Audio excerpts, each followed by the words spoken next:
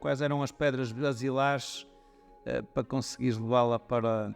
Eu acho que quem começar uma empresa do zero hoje deve estar, aconselho que esteja ligado a 3 áreas. Transição energética, transição digital ou inteligência artificial. Ou então, se não for nenhuma destas 3, ao setor primário. Portanto, tudo que tem a ver com a alimentação, com a saúde, com a segurança, com as necessidades básicas das pessoas. Isso eu acho que é um conselho que eu posso dar de tudo o que eu vejo do mercado que não está a funcionar. Por outro lado, eu acho que devemos cooperar mais.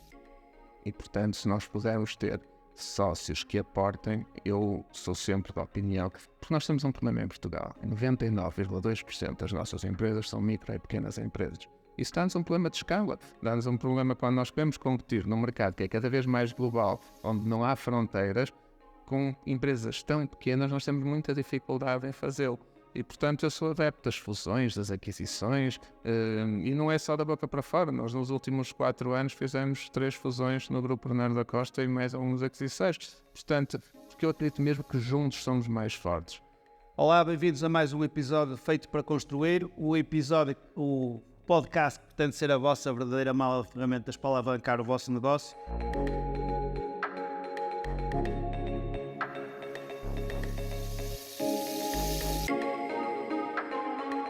E hoje tenho connosco um convidado muito especial, Ricardo Costa. Obrigado por nos visitar e por estar aqui, Ricardo.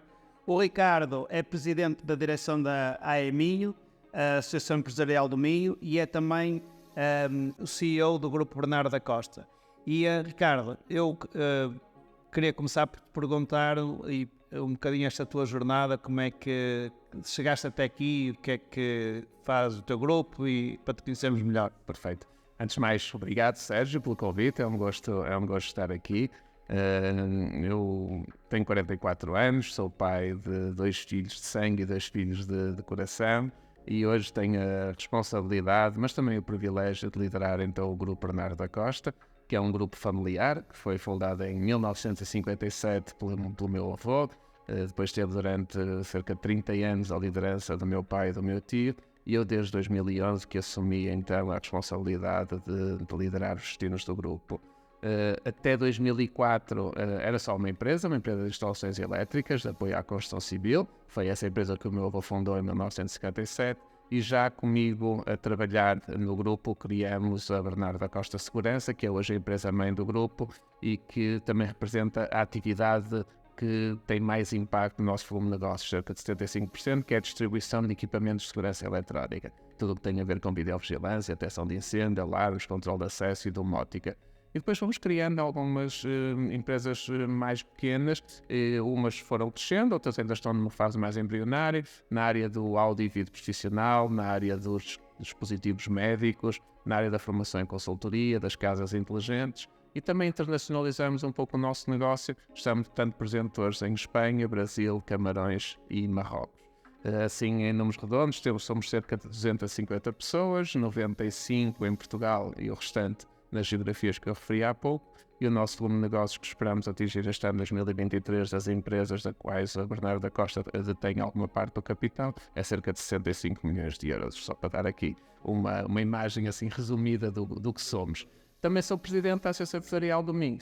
O associativismo está desde o início ligado a mim.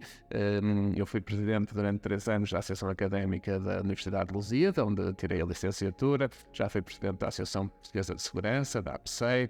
Sou presidente da Assembleia Geral e Conselho Fiscal de algumas associações e, portanto, eu acredito muito na cooperação, acredito muito no trabalho das associações, e a AEMinho nasceu também por isso, nasceu para dotar o nosso tecido empresarial de competências que permitam a essas mesmas empresas competir num mercado que é cada vez mais global.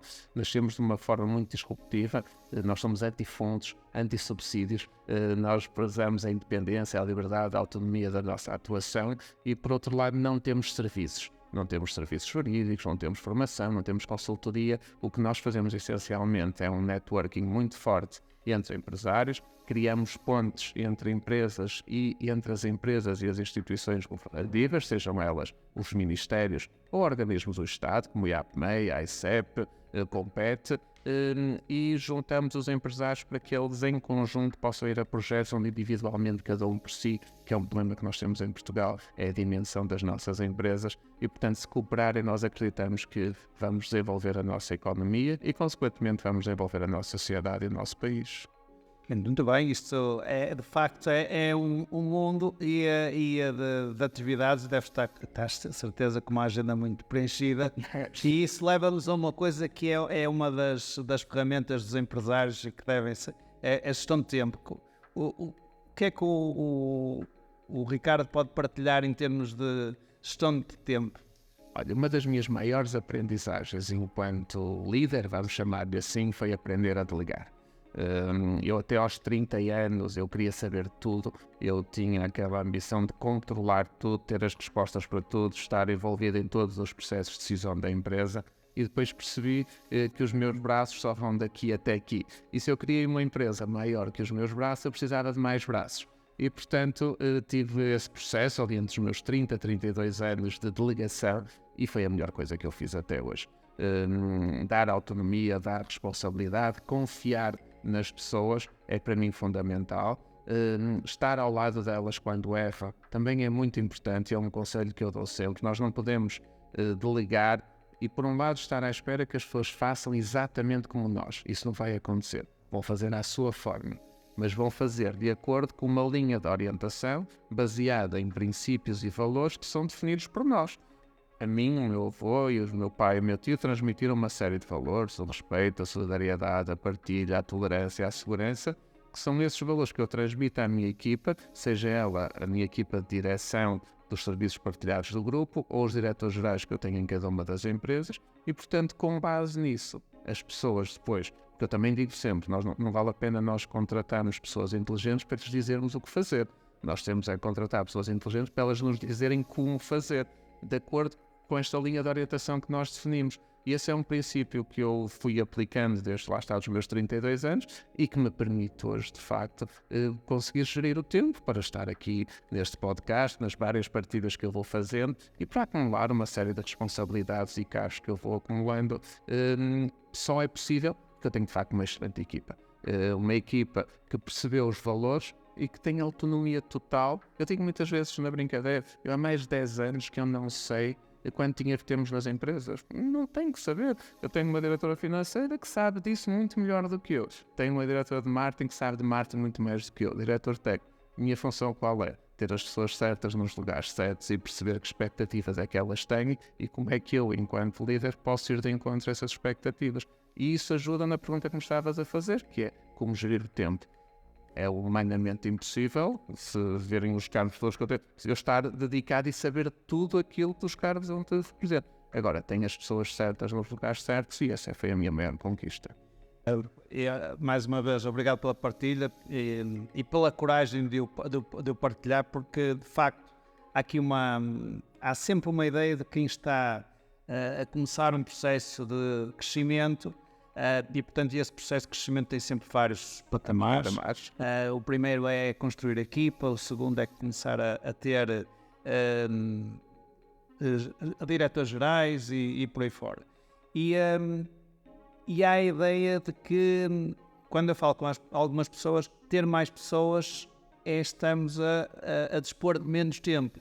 E às vezes os empresários caem naquela falácia de que o sonho, quando começam, que é ter mais tempo para eles, para a família, vira um autêntico pesadelo porque têm menos tempo para a família e para eles. E, portanto, penso que esse insight mostra um bocadinho como é que se pode fazer ao contrário. É nós termos as pessoas e acreditarmos nas pessoas para, com o trabalho delas, nós fiquemos livres para outros projetos, sejam eles profissionais ou sejam eles da nossa vida pessoal. Eu hoje dedico muito mais tempo. Apesar de ter muito mais responsabilidades, tenho mais tempo do que tinha há 10 anos para mim próprio e para a minha família e para os meus amigos. E partilhaste também outra coisa que eu acho que é fundamental, que é nós termos a coragem de perceber, porque às vezes os líderes têm esta dificuldade, que temos que contratar pessoas mais inteligentes que nós. Eu digo sempre, eu gosto de ser a pessoa menos inteligente na sala, desde que essas pessoas estejam a trabalhar para mim. Porque isso significa que a minha empresa vai ter muito sucesso. E noutros contextos, também gosto de o ser, significa que estou perante pessoas que me vão ensinar algo. E se eu tiver a capacidade de aprender, vou depois conseguir pôr em prática. Aquela ideia que nós temos de ser a pessoa mais inteligente da sala, para mim está totalmente errada. Principalmente se nós estamos a falar da nossa sala, dentro da nossa empresa, dentro da nossa equipa diretiva. Eu não posso saber mais que o meu diretor de marketing, não posso saber mais que o meu diretor técnico, ou da financeira, ou comercial. Por isso é que nós temos que contratar os melhores e que eles nos digam como fazer. Sim, eu penso que às vezes o desporto mostra muito como é que isto funciona. Não? O treinador não tem que ser o melhor ponta de lança, nem pode.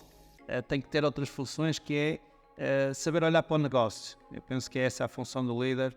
Trabalhar o negócio e não no negócio. E acima de tudo também dar a oportunidade de criar novos líderes dentro das organizações e não estar com medo que alguém nos venha substituir.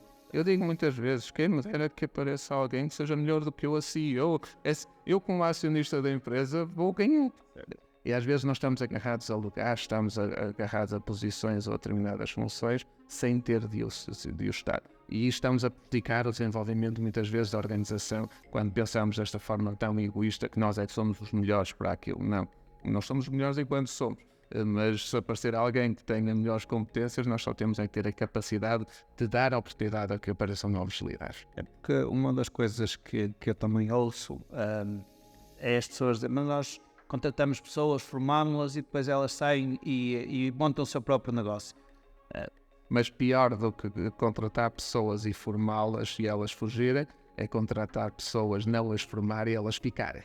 Porque vão ficar as piores que nós podemos ter. Se não as formarmos e elas ficarem, é muito pior do que formarmos e elas irem. Agora, o segredo passa contratá-las, formá-las e continuar a atraí-las. Eu testo a expressão de atenção de talento. Eu gosto de falar sempre em atração. Eu acho que nós devemos atrair quem queremos contratar e devemos continuar a atrair quem já está connosco. É como um casamento, basicamente. Não é? Nós continuamos a atrair a nossa mulher, o nosso marido, nós não o retemos connosco. E, portanto, nas empresas eu acho que deve funcionar da mesma forma. Cabe às empresas depois delinearem um plano para serem atrativas, quer para quem quer contratar, quer para quem já está connosco. E eu penso que nisso que cada vez mais nós vemos exemplos. Eu acho que lidero um grupo que também tem sido esse exemplo, ao criarmos o Departamento da Felicidade, um conjunto de programas de benefícios que façam com que o salário, que é o mais importante, e não vale a pena desmistificar, andar aqui a tapar o sol com a peneira a dizer o salário emocional é que é importante. Não.